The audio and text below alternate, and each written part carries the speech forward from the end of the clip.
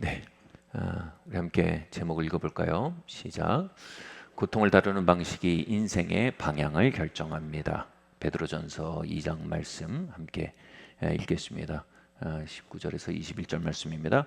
부당하게 고난을 받아도 하나님을 생각함으로 슬픔을 참으면 이는 아름다우나 죄가 있어 매를 맞고 참으면 무슨 칭찬이 있으리요. 그러나 선을 행함으로 고난을 받고 참으면 이는 하나님 앞에 아름다우니라. 이를 위하여 너희가 부르심을 받았으니 그리스도도 너희를 위하여 고난을 받으사 너에게 본을 끼쳐 그 자취를 따라오게 하려 하여. 미국에서 가장 성공한 설교자가 있습니다. 아니 어쩌면 예수님이 오신 이후에 가장 성공한 설교자일지도 몰라요. 짐 베이커라는 설교자가 있습니다. 그가 가지고 있었던 기독교 방송국은 미국의 모든 방송국 중에 네 번째로 큰 방송국이었습니다. 그리고 세계 4천만 명 정도의 사람이 시청하고 있었습니다. 그런 그가 이런저런 스캔들로 무너져 내리기 시작했습니다. 사람들은 이 목회자의 무너짐에 굉장히 관심이 많죠. 정말 전 세계에 신문들에 대해서 특필되고요. 조롱과 비난의 대상이 되었습니다. 검찰의 입장은요, 140년형까지 구형될 수 있다라는 말까지도 나왔습니다. 결국 그는 나이 50에 45년형, 사실상 종신형이죠. 45년형을 확정받고 투옥되었습니다. 그 충격 속에서요, 이 정신과 그 격리병동과 감옥을 오갈 만큼 큰 어려움을, 마음의 어려움을 통과했습니다. 그리고 그의 아내는 그와 이혼하고 그의 가장 가까운 친구 중 한 명과 결혼을 하기도 했습니다. 정말 참혹한 시간입니다. 그런데 이 참혹한 시간 속에서 그는 자신을 기다리고 있던 하나님의 은혜를 만납니다. 그리고 그 은혜 안에서요, 그는 변화되어져 갑니다. 후에 그는 그 과정을 담은 육성 설교인 I was wrong, 나는 틀렸었다 라는 설교를 하게 됩니다. 그리고 저는 그분의 그 육성 설교를 정말 하나님의 인도하심이었던 것 같아요. 구하게 돼서요. 미국에 잠깐 있을 때였는데 이제 그 육성 설교를 차에다가 틀고 미국이 워낙 넓잖아요. 고속도로 운전을 15시간 했었습니다. 한 설교가 3시간 정도 됩니다. 그거를 듣고 또 들었습니다. 15시간 동안요.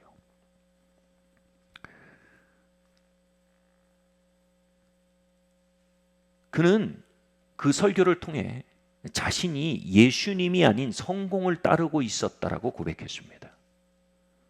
그리고 감옥에 들어와서야 처음으로 하나님의 말씀을 꼼꼼히 정독하게 되었다라고 말했습니다.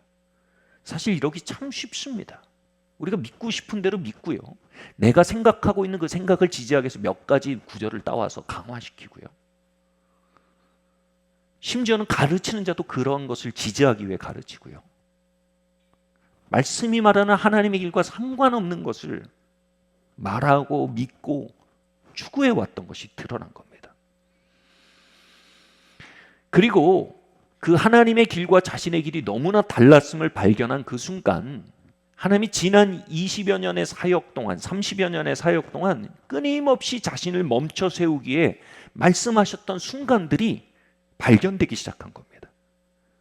그러나 그는 멈추지 않았고 마침내 감옥까지 와서야 겨우 멈춰서게 됐다는 것을 알게 되었습니다. 그 대표적인 사건 중에 하나가요, 하루는 아들이 감옥에 면회를 왔습니다. 그런데 아들이 와서 이렇게 말하는 겁니다. 아빠, 나는 아빠가 감옥에 온 것이 훨씬 더 좋아요. 오늘이 내 생일인데 아빠와 생일을 이렇게 보낸 게 내 인생의 처음이거든요. 그는 정말 소중한 것들을 뒤로 하고 성공과 부를 향해 폭주하는 기관차였습니다.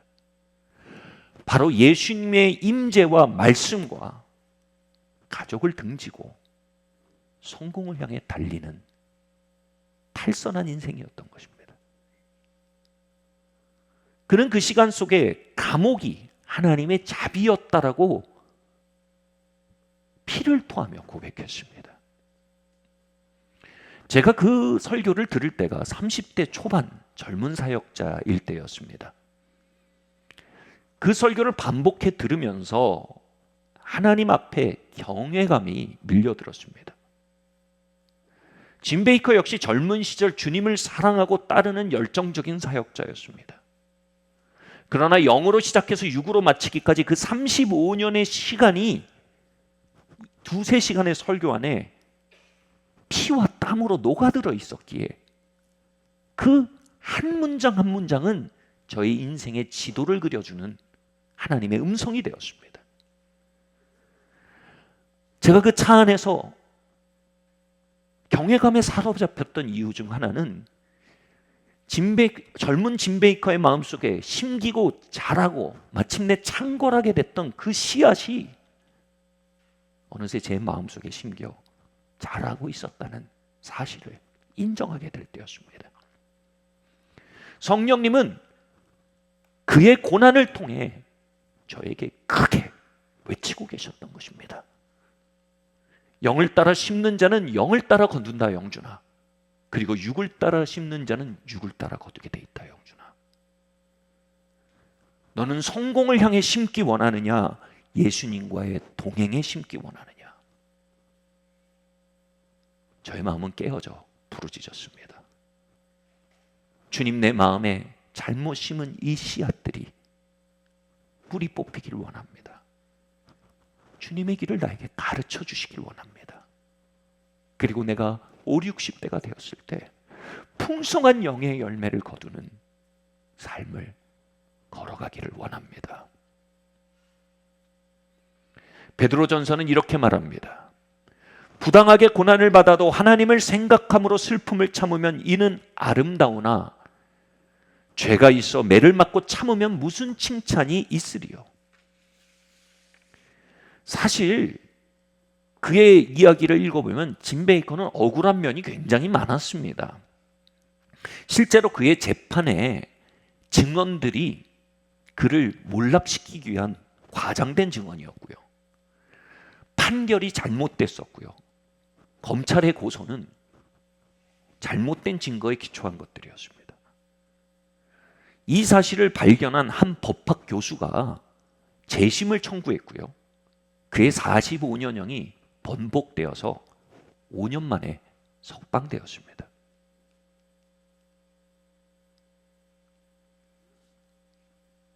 그러나 짐 베이커는 이 억울한 사정들, 상황, 사람들에 대해 벌어진 일로서 자신의 감옥을 받아들이지 않았습니다.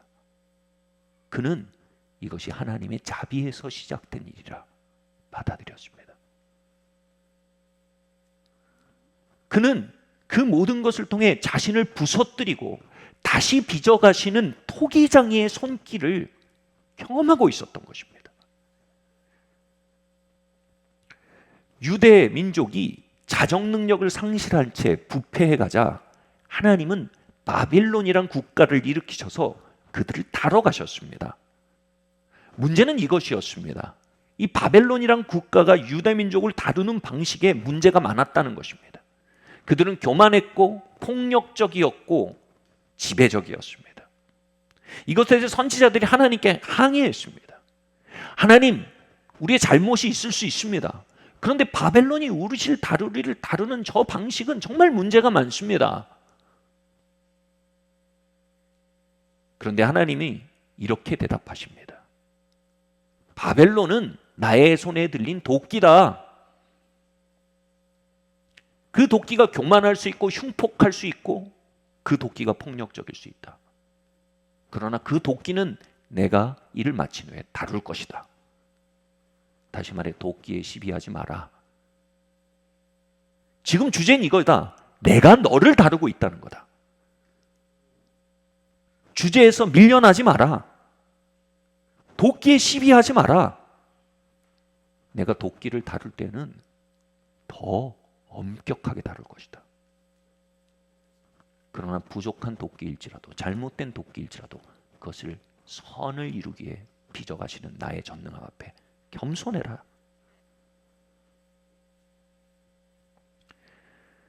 짐 베이커는 자신의 판사와 아내와 자신을 향해 거짓 증거했던 친구들, 그리고 아내와 결혼한 베스트 프렌드, 이들과 시비하는 마음을 하나님의 주권 앞에 내려놔야 했습니다.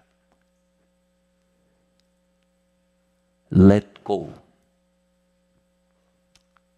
용서는 역사를 놓는 것입니다. 그리고 그 모든 것 너머에서 자신을 다루고 계신 하나님의 손을 붙잡은 것입니다. 그렇지 않았다면 그의 감옥의 일기는 I was wrong이라는 제목으로 쓰여지지 않았을 겁니다. 내가 틀렸었다라는 고백이 아니라 판사가 틀렸었다. 아내가 잘못됐었다. 나를 배신한 친구들이 문제가 많았다. 라는 제목의 수기가 기록됐을 것입니다. 그렇다면 그 감옥이라는 강력한 조치조차도 그의 변화를 향해 아무런 유익이 되지 않는 낭비가 되었을 것입니다. 그랬다면 그는 결코 변화되지 않았을 것입니다. 무엇보다 하나님이 개입하사 5년으로 감형시킨 기적의 사건도 절대 일어나지 않았을 겁니다.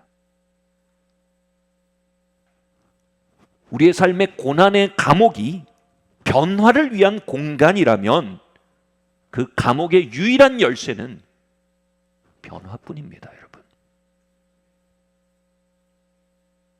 그리고 하나님은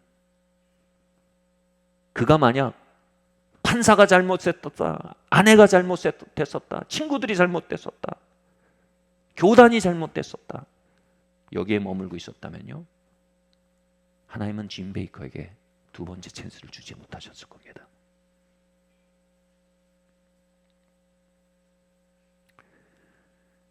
(5년) 만에 출소한 그는요, 다시 하나님 앞에 회복의 기간을 통과합니다. 그리고 하나님은 그를 다시 찾아오시고 그를 통해 다시 일하기 시작하십니다.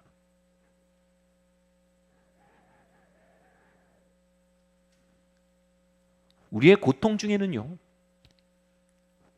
우리를 하나님의 길로 돌아오게 하기 위한 고통이 있습니다.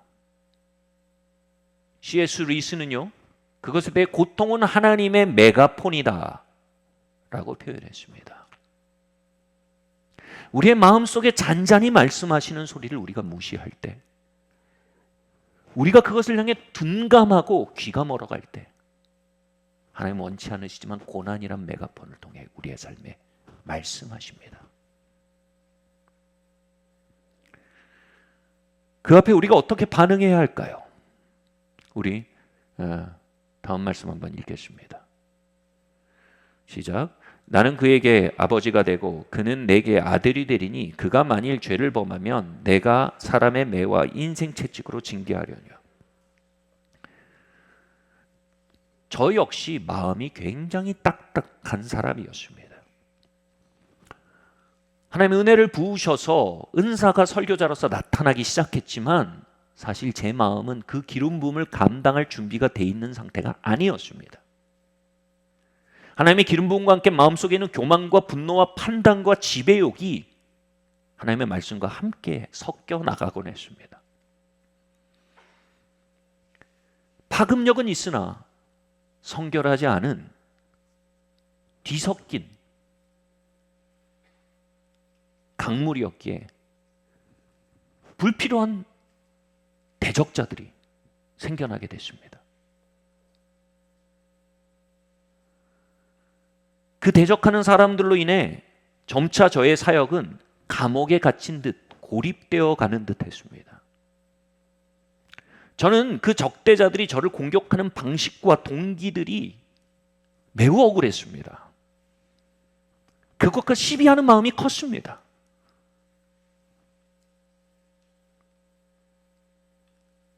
그런데 수년에 걸쳐 어쩌면 그들이 나의 삶을 향한 하나님의 인간, 이 사람 채찍임을, 그리고 그렇게 고립되어 가는 상황이 제 인생에 드려진 인생 막대기임을 발견해 가기 시작했습니다. 하나님은 그 채찍과 막대기로 저를 멈춰 세우고 계셨습니다. 저는 그들을 가해자로 보며 저를 피해자로 보고 있었습니다. 그리고 그들의 멱살을 잡는 마음으로 분주했기에 나를 다루시는 하나님의 손을 잡지 못했습니다. 그러나 결국 저는 다양한 통로들을 통해 그들의 멱살을 잡았던 자기의 손을 놓아야만 했습니다. 그러자 인생 막대기와 사람 채찍을 들고 저를 빚어가시는 하나님 아버지가 보이기 시작했습니다. 그리고 몇 년 만에야 이렇게 말하게 됐습니다. I was wrong. 내가 틀렸었습니다. 저는 오랫동안 저들은 잘못됐습니다라고 외쳤습니다. 이 상황은 억울합니다라고 외쳤댔습니다. 하나님도 잘못됐다라고 말했습니다. 교만의 눈이 멀 때 우리는 I was wrong. 내가 잘못됐습니다라고 말하지 못합니다. 하나님은 무려 저에게 이 생애치유 사역이죠. RTF라는 사역, 저의 삶 전반의 잘못된 마음의 방식과 마음의 길에 대해 드러내고 바로잡아가는 사역입니다. 이 내적 치유 사역이죠. 생애치유 사역을 받도록 3, 4년 이상 권하셨습니다. 그러나 제 마음의 교만과 자기의와 게으름은요, 그 요청을 거부하고 있었습니다. 그러나 이제 가장 긴급하게 수정하고 고쳐야 할 삶의 암덩이들이 바로 나의 대적자들이나 상황이 아닌 내 마음의 교만과 분노와 자기임을 발견했을 때 저는 그 사역을 환영하게 되었습니다. I was wrong. 내가 틀렸었습니다라는 고백 속에 마음의 독들이 빠져나가고 암덩이들이 제거돼 가자 가장 큰 변화가 일어난 현장은 바로 가족이었습니다. 저는 짐 베이커 같은 아빠였습니다. 딱딱한 마음으로 성공을 향해 달려가던 불도저 같은 존재였습니다. 여러분, 주님은 성공주의 안에 계시지 않습니다. 하나님은 사랑이십니다. 하나님은 성공이라고 말하지 않았습니다. 하나님은 사랑이십니다. 그분은 사랑의 길 안에 계십니다. 성공주의의 폭주에서 사랑의 길로의 회개가 진행되어지던 5년 어느 날이었습니다. 마치 짐 베이커의 감옥살이 5년 같았습니다. 얼마나 감사합니까? 50대가 다 되어서 수많은 사람들에게 상처를 주고 실제 감옥 5년을 보내는 것보다 얼마나 효율적입니까? 30대 초반에요. 5년 동안 사랑의 길로의 회기, 주님의 길로의 회기를 통과하고 안식년을 맞았습니다. 안식년 중에 방문한 한 교회에 성령님이 굉장히 강하게 임하셨습니다. 인도하는 사람이 이렇게 말했습니다. 여기 성공주의로 폭주하느라 사랑의 길을 걷지 못한 가장들이 있습니다. 가장들이 앞으로 나오면 저희 기도사역자들이 기도해 드리겠습니다. 저는 앞으로 나아갔습니다. 그런데 기도사역자가 손을 얹고 정말 뜻밖의 마음을 나누어 주었습니다. 당신은 좋은 아빠입니다. 좋은 남편입니다. 당신은 아무도 모르는 곳에서 하나님 앞에 그 길을 선택하고 걸어왔고 하나님은 그 마음을 받으셨습니다. 당신은 변화된 당신의 가정과 당신 자신을 이번 크리스마스에 확인하게 될 것입니다.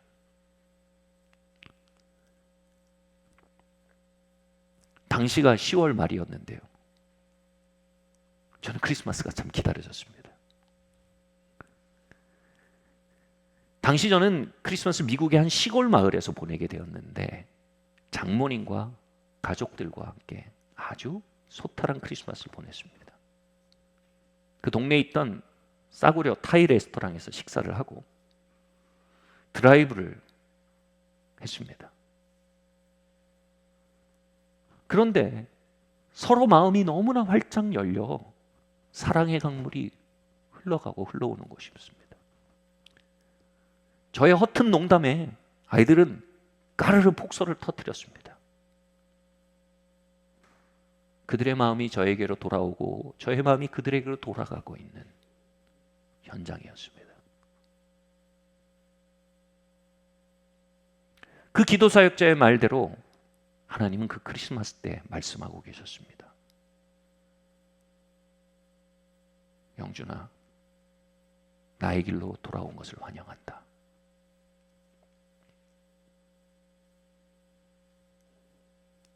그리고 거짓말같이 감옥 같은 시간들이 끝나가기 시작했습니다. 인생 막대기가 거두어진 것입니다.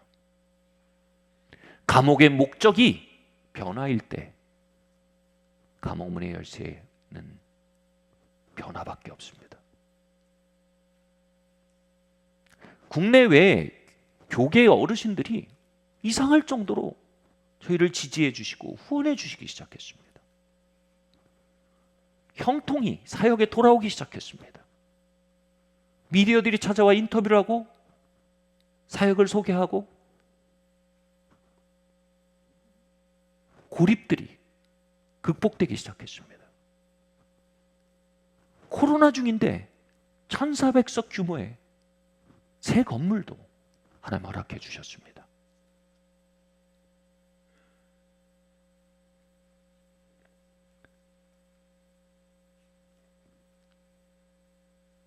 다음 말씀 한번 읽겠습니다. 시작. 여호와의 말씀이 두 번째로 요나에게 임하니라 이르시되. 여러분, 이 말씀 두 번째로 요나에게 하나님의 말씀이 임했다. 이거 엄청난 자비입니다. 요나가 하나님의 음성을 떠났습니다. 니느웨로 가라는 하나님의 음성을 요나는 너무 싫어했습니다. 지금으로 치려면요, 니느웨 뭐냐면요, 우크라이나한테 러시아 같은 겁니다. 그러니까 우크라이나 선지자인 이 요나한테 모스크바로 가서 예언하고 사역해서 그들을 축복하라는 얘기인 겁니다. 그 요나가 뿌리치고 니느웨 다시스로 가버립니다. 하나님의 음성을 떠날 때 우리는 인생 채찍과 사람 막대기를 만납니다. 그 배에 풍랑이 불고 선원들이 요나를 지목해 바다에 던집니다. 그 속에서 요나가 풍랑을 탓하거나 선원들을 손가락하지 않았습니다. 요나의 위대함은 여기 있습니다. 우리가 주일학교부터 요나를 너무 구박하듯이 얘기하는데요. 여러분, 요나 위대합니다. 여기 요나의 반응을 보십시오. 이 선원들 이렇게 잔인할 수 있냐? 하나님 나한테 왜 이러냐 이러지 않았어요. 요나가 말해요. I was wrong. 내가 잘못됐습니다. 내가 잘못된 길을 걸었습니다. 나를 바다에 던지십시오. 당신들까지 피해보지 마십시오.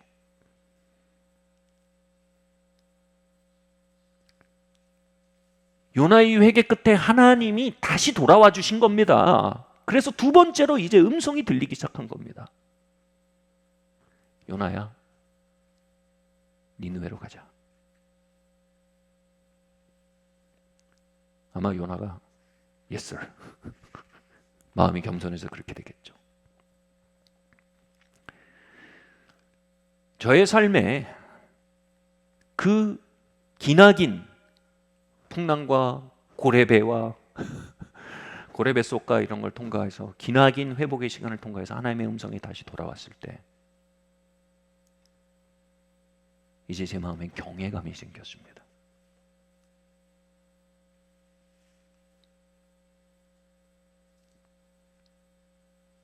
그 하나님의 음성을, 하나님의 임재를 유지하기 위해서는요, 겸손과 빠른 돌이킴이 필요하다는 사실을 이제 뼈저리게 알았습니다. 여러분, 귀가 한번 어두워지면 조치를 굉장히 빨리 취해야 한답니다. 그렇지 않으면 점점 악화되고 돌이킬 수 없는 순간이 온다고 합니다. 특별히 귀 이 시청력에 대해서는 이 골든 타임이 있다는 거죠. 이것처럼요, 우리에게 주님의 음성이 들리고 주님의 임재 이끄심을 경험할 때 우리는 겸손하고 재빠르게 돌이켜야 합니다. 특별히 잘못을 고백하는 일은요, 굉장히 신속해야 합니다, 여러분. 안 그러면요, 둔감해집니다. 사울은요, 하나님의 음성이 두 번째 회복됐을 때도 뭉개고 지나감으로 회복의 기회를 잃고 비참한 말로를 맞았습니다. 요나는 그 두 번째 음성이 돌아왔을 때 세컨 찬스를 잡은 겁니다. Yes, sir. 자기를 돌이킨 겁니다. 저는 하나님의 두 번째 찬스 앞에서 어떻게 그 기회를 사용해야 할지 선택해야 했습니다. 제가 권위를 오남용하기 가장 좋은 대상은 바로 아이들이었습니다. 어느 날 제 아이 중에 한 명이 아내에게 굉장히 잘못된 방식으로 대항을 했습니다. 그 얘기를 듣는데 제 마음속에 야수가 한 마리 깨어났습니다. 저는 이렇게 외쳤습니다. 아니, 내 아내를 건드리다니. 내 아내를 함부로 대하는 사람은 그가 누구든 나는 그냥 두지 않아. 그리고 아이에게 소리치기 시작했습니다. 뭐 거기까진 좋은데, 좋은지 모르겠지만 거기까지도 그렇지만 이제 엄포를 넘어서 굉장히 흉한 말들이 뱉어졌습니다. 그 시간이 지나고 제 마음속에 느낌이 있었습니다. 내가 잘못 갔구나. 결국 저는 그것이 잘못된 폭언과 분노임을 고백하고 사과해야 한다는 것을 알고 있었습니다. 다윗은요, 사울의 옷자락을 자르고 마음이 굉장히 찔렸습니다. 그리고 이렇게 고백합니다. 하나님이 기름 부으신 자를 해하지 말라고 주님 말씀하셨는데 내가 그의 옷자락을 베었다니 하면서 애통해하며 아파합니다. 그의 마음은 부드러웠고 성령님을 근심시킬 때 그것을 돌이키는데 빨랐습니다. 며칠을 뭉개고 있다가 더 지나가면 아무렇지도 않게 편해질 게 너무 느껴지는 거예요. 아이가 자려고 자리에 누워 있는데 방에 찾아갔습니다. 이대로 하룻밤만 더 잤다가는 5년 전으로 회귀할 것이 느껴졌기 때문입니다. 마음의 귀는 딱딱해지고 감각들이 사라질 것이 느껴졌기 때문이죠. 찾아가서 이야기했습니다. 아빠가 폭언을 했다. 내가 잘못된 것이다. 너는 그런 대우를 받으면 안 되는 사람이다. 너는 하나님의 딸이고 또 내 딸인데 너의 존귀함을 내가 베어내었구나. 아빠가 잘못한 거다.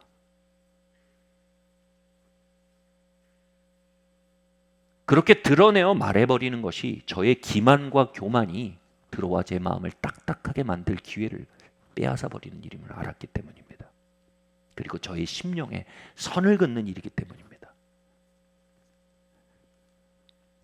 성령님을 근심시키고 그 사실을 깨닫는 데 걸리는 시간의 간격은 하나님의 임재와 우리 사이의 간격입니다.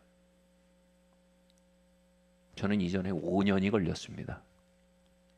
그만큼 하나님과 멀었습니다. 그러나 이제는 4일이 되었습니다. 그만큼 하나님과 가까워졌습니다. 그러나 이제 그것이 2시간이 되길 바랍니다. 그만큼 그분의 임재가 가깝길 원합니다. 그만큼 하나님의 임재 앞에, 그분의 말씀 앞에 부드러운 심령이 회복되기를 원합니다. 저는 이 기간 많은 분들의 마음속에 하나님의 음성과 임재와 그분의 말씀에 대한 부드러운 마음이 회복돼 가고 있다는 것을 느낍니다. 하나님의 세컨 찬스가 돌아오는 것입니다. 긴급히 마음을 낮추시기를 바랍니다. 인생 채찍과 사람 막대기 앞에 I was wrong, 내가 틀렸었습니다. 고백하고 자비를 구하는 겸손한 심령이 우리 안에 하나님의 임재를, 부드러운 마음을 회복시킬 것입니다. 그리고 수많은 헛된 방황의 시간들을 절약해 줄 것입니다. 피할 곳은 없습니다. 감옥문의 열쇠는 변화뿐입니다. 두 번째 종류의 고통이 있습니다. 함께 읽어볼까요? 시작. 하나님께 순종한 결과로 통과하는 고통. 말씀 읽겠습니다. 시작. 그러나 선을 행함으로 고난을 받고 참으면 이는 하나님 앞에 아름다우느니라. 여기 두 번째 고통이 있습니다. 이것은 하나님의 길로 돌아오기에 하나님께서 메가폰으로 사용하는 고통이 아닙니다. 이것은 하나님의 길을 가는데 동반되는 고통입니다. 하나님 이 고통이 아름답다고 하셨습니다. 앞의 고통은요, 길면 길수록 무용한 고통입니다. 그 고통은 길게 끌고 갈 필요가 없습니다.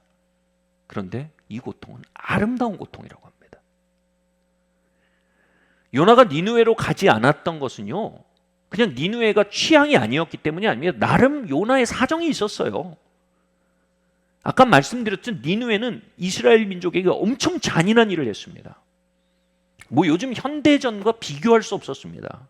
그들은요, 점령지의 백성들을 끌어내서요, 꼬창이에다가 사람을 세로로 깨웠습니다. 그리고 진열했어요. 그리고 끌고 가서 각종 노예로 사용했습니다. 요나는 그의 가족과 지인들이 잔인한 일을 당하는 걸 봤습니다.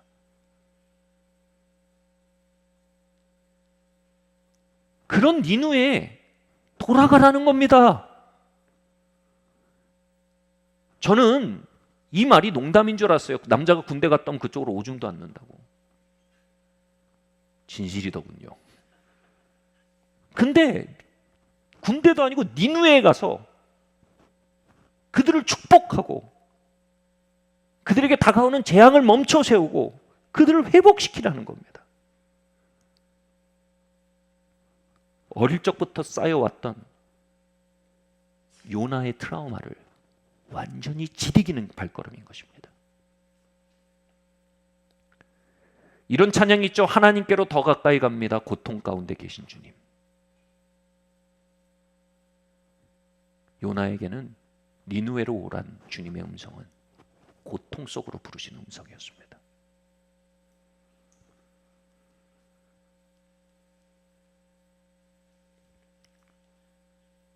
고통은 두 가지 고통이 있습니다. 한 가지는 객관적 고통이고 한 가지는 주관적 고통입니다. 객관적 고통은요, 밖에서 벌어지기 때문에 우리에게 스트레스는 주지만 우리의 존재는 흔들지 못합니다. 근데 이 밖에서 벌어지는 고통이 우리의 존재를 흔들 때 뭐냐면 그것이 우리 안에 있던 주관적 고통을 깨워서 일으킬 때입니다. 그러면 우리가 존재가 흔들립니다. 이건 스트레스를 넘어섭니다. 이런 반응을 불러일으킵니다. 죽어도 그렇게 못하겠다. 바로 외부의 고통이 내재된 고통의 이야기를 격발시키는 방아쇠가 될 때 우리는 학을 띠고 물러서게 됩니다. 예를 들어서요, 저는 사람들이 무시하는 것 같은 느낌을 정말 견디질 못합니다. 그러면요, 잠을 못 잡니다. 근데 제 아내는요, 누가 무시하는 것 같으면 되게 불쾌는 해요. 근데 똑같이 그걸 무시하고 돌아서 나갑니다. 그리고 잡니다. 누가 무시하는 것 같은 사건이 내 안에 쌓인 이야기를 당기는 방아쇠가 되는 것. 이걸 저는 견딜 수가 없는 겁니다. 막내로서 미미했던 영향력, 어린 나이에 유학을 와서 또래들에게 침범당한 삶의 영역들, 그리고 그것에 잘못 반응한 나의 삶의 역사들은요, 아직도 내 안에 에너지가 되어 잠자고 있습니다. 누가 나를 무시하는 것 같으면요, 그 에너지가 확 깨어나는 겁니다. 니누에는 요나 안에 잠자던 이야기를 건드려 깨우는 방아쇠였습니다. 그가 하나님께 이렇게 말하거든요. 내가 화가 나서 죽겠습니다.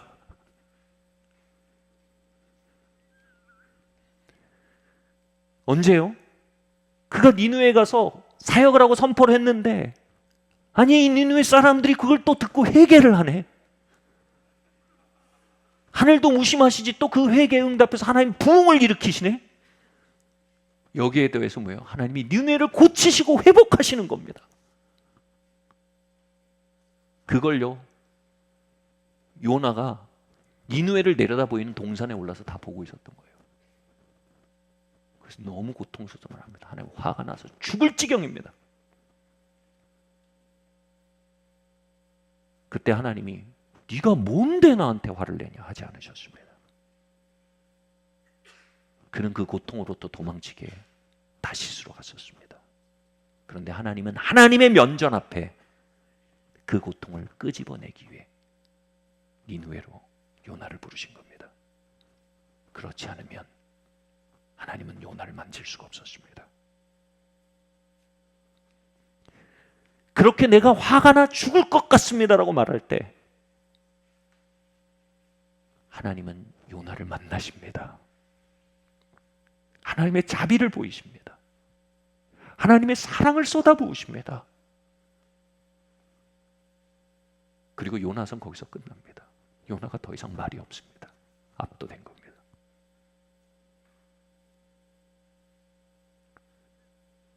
언젠가 설악산에 오른 적이 있었습니다. 제가 무릎이 완전하지가 않은데 풍광이 너무 아름다워서 목적지보다 훨씬 더 올라가고 말았습니다. 이 무릎이 고장이 나서요, 딱 위에서 고장이 나서 내려오는데 무릎이 가장 부담을 많이 받을 때가 하산입니다. 가파른 하산길을 2시간 이상 내려와야 되는데 꼼짝을 못 하겠는 겁니다. 너무 아파서요. 정확히 말하면 걸을 수는 있는데 너무 아픈 고통을 견뎌야 했어요. 저한테 선택은 둘 뿐이에요. 더 올라가거나 내려가거나. 주저앉을 수도 없고 엎혀갈 수도 없습니다. 한 걸음 한 걸음이 미치겠는데 터벅터벅 가파른 길을 내려왔습니다. 너무 힘들어서 기도가 나오더라고요. 그런데 재미있는 건 그 기도에 또 성령님이 응답하시더라고요. 이런 마음을 주시는 거예요. 영준아, 2시간 동안 걸을 생각하지 말고 한 걸음씩만 생각해라. 한 걸음씩만 딛자. 한 걸음은 걸을 수 있거든요. 그런데 한 걸음씩 하나님 정말 의지하면서 하나님께 비명을 지르면서 걷는데 이런 마음이 갑자기 올라오는 거예요. 그게 뭔가를 내 건드렸어요, 제 안에. 주님, 이게 진짜 사명의 길이랑 똑같네요. 한 걸음 한 걸음이 너무 아픈데, 다가오는 시간들이 너무 무섭고 막막한데, 엎혀갈 수도 없고 도망칠 수도 없고 꼼짝없이 걸어가야 되네요. 그때 제가 신비한 경험을 했습니다. 난데없는 달콤한 은혜가 제 심령을 막 감싸 안는 겁니다. 무릎은 아파 죽겠는데 심령은 은혜 때문에 달콤해 죽겠는 겁니다. 무릎의 고통보다 심령의 달콤함이 훨씬 더 컸습니다. 그래서 마음속에서 막 찬양이 나오기 시작했습니다. 그때 성령께서 이렇게 감동하셨습니다. 네가 도망치려던 그 순종의 길, 그 고통의 길, 그 길을 묵묵히 걸어가려 할 때 나의 은혜가 너를 이렇게 도울 것이다. 제가 주님이 부르시는 길에서 물러났던 것은 거기에 동반되는 고통에 대한 두려움 때문이었습니다. 저는 약한 게 정말 싫은 사람입니다. 무시받고 공격받고 거절받는 게 너무 힘듭니다. 그런데 목사의 길은 참 약한 길입니다. 그거 다 싫어하지만 저는 그거 관련된 핵심 고통을 가진 사람이기 때문에 그런 일들이 저를 잠을 못 자게 만든단 말입니다.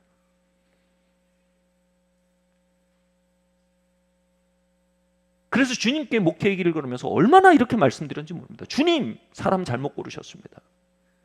이런 사연 없는 사람을 고르셔야지. 이런 사연 있는 사람을 고르셔서.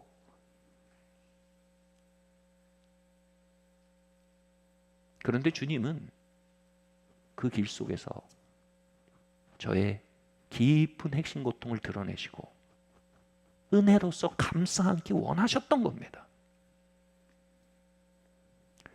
9살 때 서울로 전학을 왔는데 한 아이가 요즘 말로 저를 셔틀로 삼았습니다. 빵 셔틀 뭐 이런 거 있잖아요. 너무 고통스러운데 도와주는 사람이 아무도 없는 겁니다. 당신 집에 부모님도 계시지 않았습니다. 위로도 지혜도 충고도 없었습니다. 9살짜리가 그 상황을 지켜나가야 되는데 제가 의지할 수 있는 유일한 건 분노와 폭력이었습니다. 결국 저는 어느 날 분노와 폭력과 손을 잡았고요. 그 아이에게 분노와 폭력을 쏟아내고 생각하게 되었습니다. 아, 분노는 나의 산성, 폭력은 나의 방패. 그 아이가 수많은 오해와 공격의 위험이 있는 목회의 길을 걷게 된 겁니다. 그 길을 걷던 중 어느 날 예수님께서 그 작은 9살짜리 아이에게 찾아가시는 모습을 보았습니다. 그리고 분노를 내려놓고 폭력을 내려놓고 당신의 손을 잡도록 내가 너의 산성이 되어주고 내가 너의 목자가 되어주고 내가 너의 방패가 되어주겠다고 그 아이를 위로하고 덮으시는 임재를 보았습니다. 단언컨대 제가 목회의 길을 걷지 않았다면 그 치유를 경험하지 못했을 겁니다.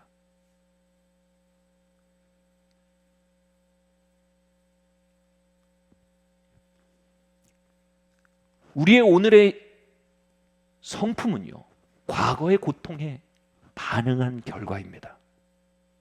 다시 말해 우리의 오늘이 변화되기 위해서는 우린 반드시 우리의 사연들 안에서 우리를 만나시는 주님을 경험해야 합니다.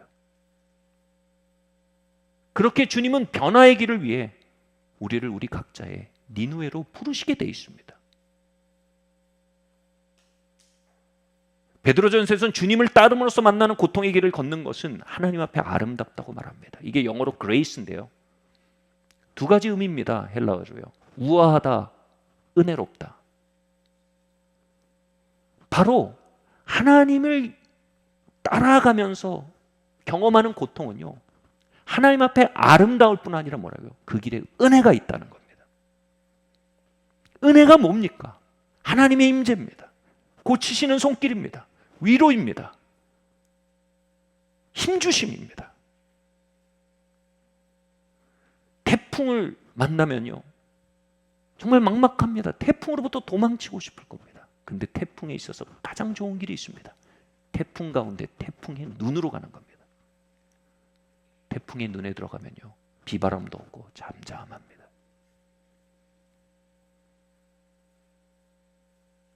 때로는 우리는 주님을 따르며 고통의 태풍을 통과합니다. 여러분, 거기서 우리의 선택은요, 도망치거나 그 고통 한가운데 계신 하나님에게까지 밀고 들어가거나 둘 중에 하나입니다. 하나님께로 더 가까이 갑니다. 고통 가운데 계신 주님. 사랑하는 성도 여러분, 도망치지 마십시오. 태풍의 눈에 평화가 있습니다. 태풍의 눈에 은혜가 있습니다. 태풍의 눈에 치유가 있습니다. 태풍의 눈에 변화가 있습니다. 주님의 부름 안에 있는 평화에 도달하기까지 나아가십시오. 아멘.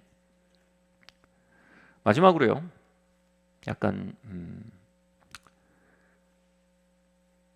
소품 같은 얘기를 더하려고 합니다.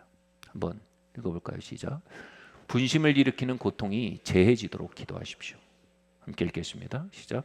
이같이 여러 날을 하는지라 바울이 심히 괴로워 돌이켜 그 귀신에게 이르되 예수 그리스도의 이름으로 내가 내게 명하노니 그에게서 나오라. 귀신이 즉시 나오니라. 바울이 하나님의 뜻을 따라서 복음을 전하려고 하는데 옆에서 귀신 들린 여인이 너무 해방을 놓는 겁니다. 바울이 여기서 이 고통 속에 하나님의 뜻이 있을 거야 하지 않았습니다. 내가 뭘 잘못했기 때문에 이런 일이 벌어지지? 하고 그러지 않았습니다. 예수님의 이름으로 잠잠하라 하고 명했습니다. 어떤 고통은요, 그냥 우리에게 분란을 일으키고 분심을 일으키게 가져오는 원수로부터 고통들이 있습니다. 우리는 그 고통 앞에서요, 수동적이거나 회개하고 앉아있는 것이 아니라 일어나서 맞서 기도해야 합니다. 에베소서는 말합니다. 온갖 기도로 성도들을 위해 중보하라고 말입니다. 우리가 영적 성장을 향해 나아갈 때, 또는 복음의 확장을 향해 걸어나갈 때, 또는 하나님 주신 유업들을 향해 걸어나갈 때 아무 유익도 아무런 영양분도 없는 혼란만 가져오는 고통들이 분명히 존재한다는 겁니다. 우린 그것을 향해 무언가 해야 합니다. 그것을 잠잠케 해야 합니다. 그래야 영적 성장이 촉진되는 겁니다. 그래야 변화가 촉진되는 겁니다. 그래야 하나님 나라가 확장되고, 그래야 하나님의 백성들의 유업들이 빠르게 증진될 수 있는 것입니다. 우리가 거룩한 손을 들어 기도하기 시작할 때 기도의 보호의 장막이 공동체를 덮기 시작하는 것입니다. 그리고 그 기도의 보호의 장막이 가문을 덮기 시작하는 것입니다. 시편은 젖먹이의 입술을 통해 원수의 입을 잠잠케 한다라고 했습니다. 여러분, 작은 목소리일지라도, 연약한 기도일지라도 우리의 기도와 경배는 원수의 잡음을 잠잠케 하는 능력이 있습니다.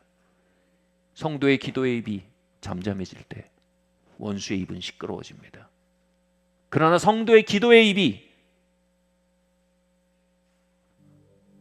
부지런해질 때 원수의 입은 잠잠해지는 것입니다. 성경은 말합니다. 눈물을 흘리며 씨를 뿌리는 자는 기쁨으로 단을 거두리로다. 고통 속에 어떻게 씨를 뿌리느냐, 그것은 우리의 인생을 결정짓는 선택입니다. 주님이 고통의 트럼펫을 사용해, 고통의 메가폰을 사용해 우리를 부르실 때 우리는 사람과 상황의 멱살을 잡던 손을 내려놓고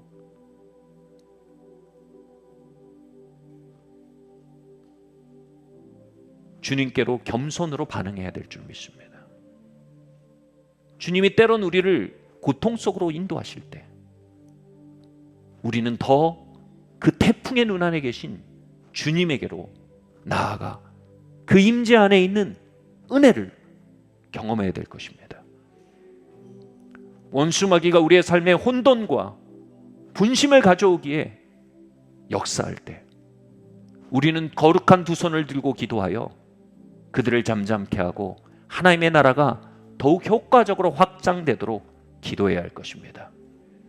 이렇게 고통 속에 영으로부터 심는 자들은 기쁨으로 영의 열매를 거두기 시작할 것입니다. 고난주간입니다. 이 고난주간 가운데 고통과 우리의 관계가 바르게 정돈되어지기를 바랍니다. 고통의 육으로부터 심던 것들이 돌이켜지기를 바랍니다. 그리고 기쁨으로 단을 거두는 부활의 새벽을 향해 나아가는 산위의 마을교회 되시길 예수님의 이름으로 축원합니다. 자리에서 일어납시다.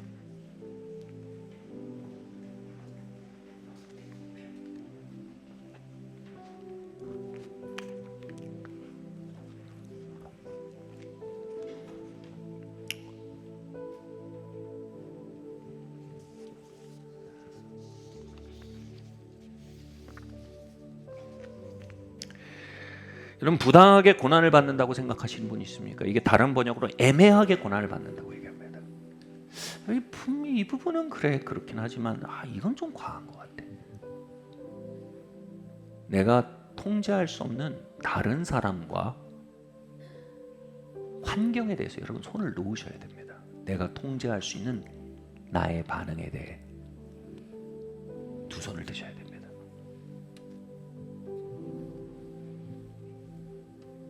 I was wrong. 고난의 감옥의 유일한 열쇠는 회개와 변화입니다.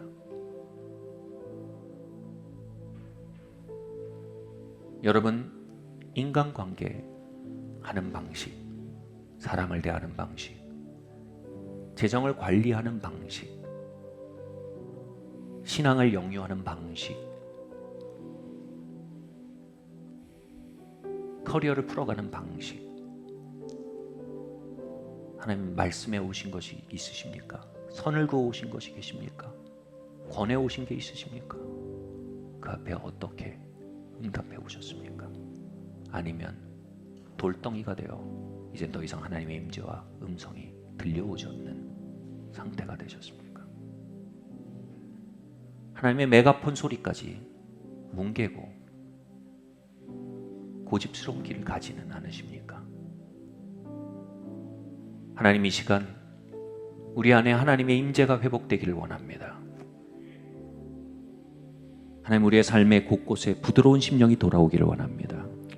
우리의 삶의 영역들 가운데 하나님의 음성이 회복되길 원합니다.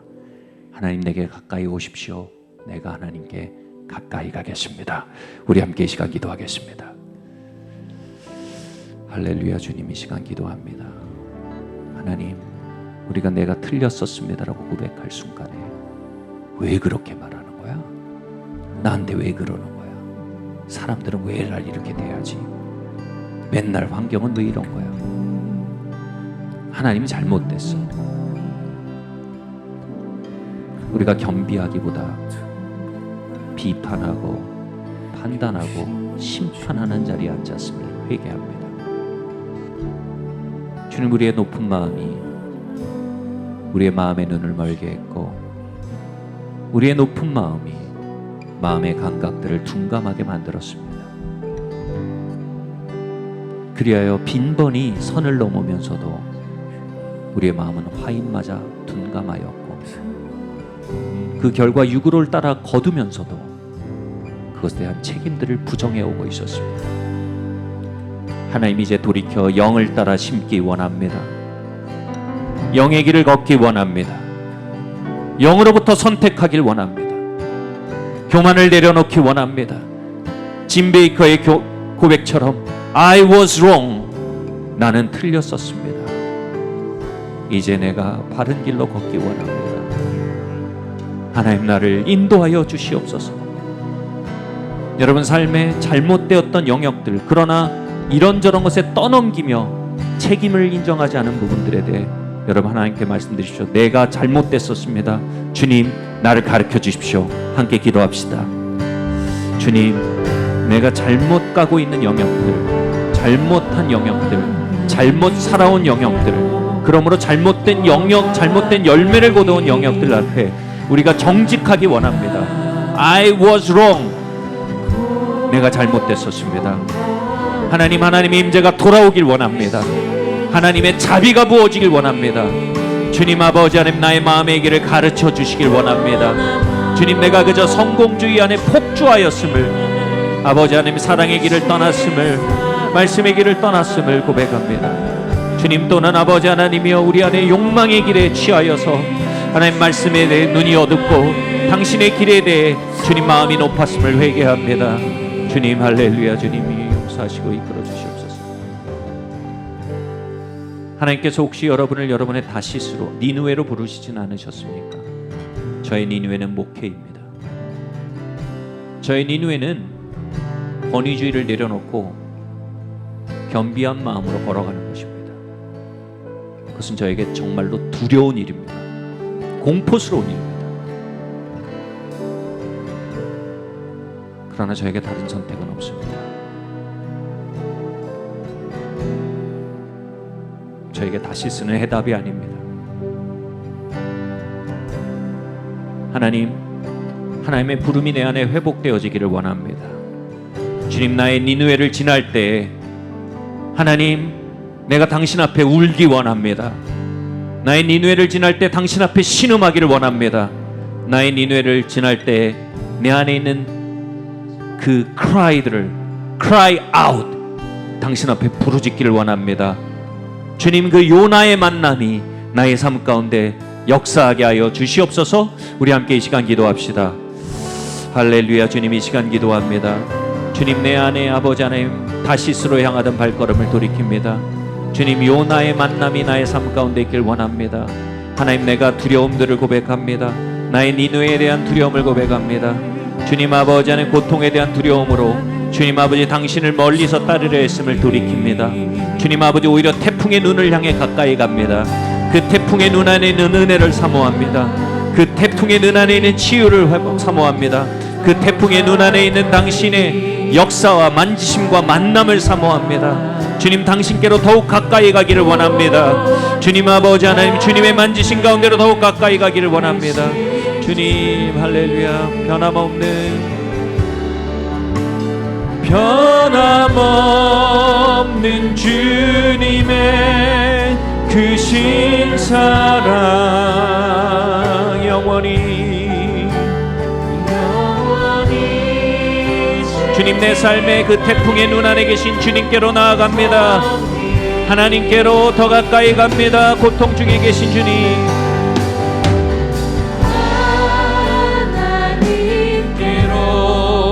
더 가까이.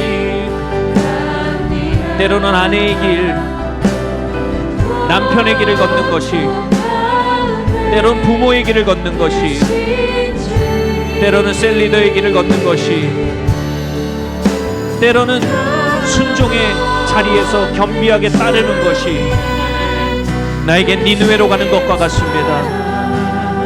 그러나 그 안에 있는 태풍의 눈 대신 주님의 임재를 만나기 원합니다. 하나님께로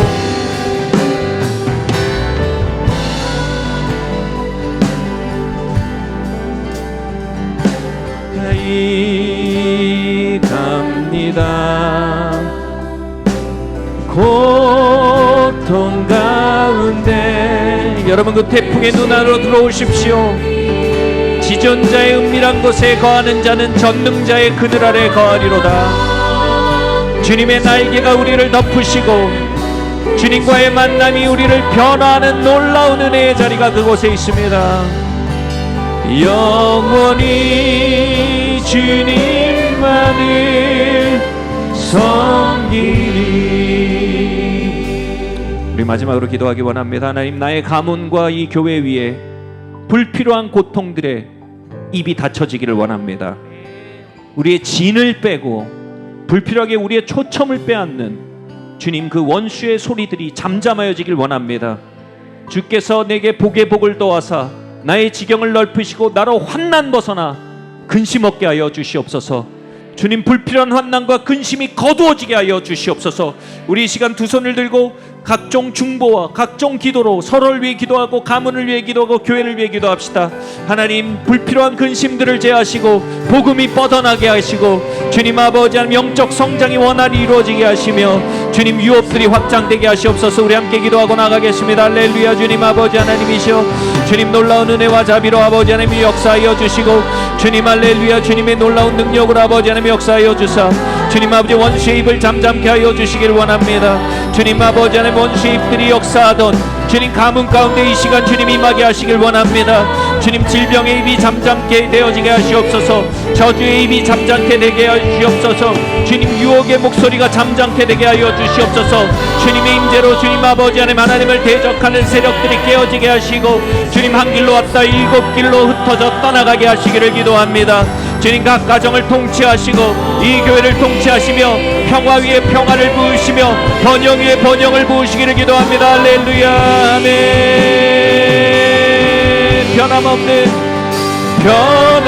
변함없는 주님의 그 크신 사랑 영원히 우리 두 손을 들고 주님, 우리가 고통 속에서도 주님을 섬기고 나아갑니다. 변함없는 주님의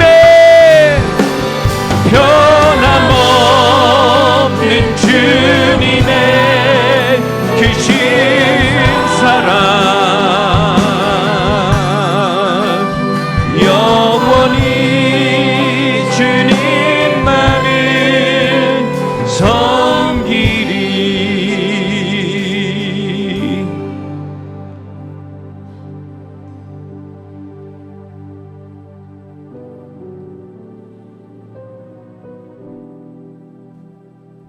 하나님, 돌 같던 마음들이 깨어지고 살 같은 마음들이 돌아오는 것을 봅니다. 하나님의 음성과 하나님의 임재가 거쳐졌던 영역들에 하나님의 음성과 임재가 돌아오는 것을 봅니다. 하나님의 말씀이 끊어졌던 삶들 위에 하나님의 말씀의 문이 열리는 것을 봅니다. 하나님의 회복은 여기에 있으니 주님, 일들이 더욱 배가 되게 하여 주시기를 기도합니다. 다시스에서 돌이켜 우리의 니느웨로 나아갑니다. 다시 아버지의 자리, 어머니의 자리, 남편과 아내의 자리로 돌아갑니다. 다시 셀리더의 자리, 셀원의 자리로 돌아갑니다. 다시 양의 자리, 목자의 자리로 돌아갑니다. 다시 사명의 자리로 돌아갑니다.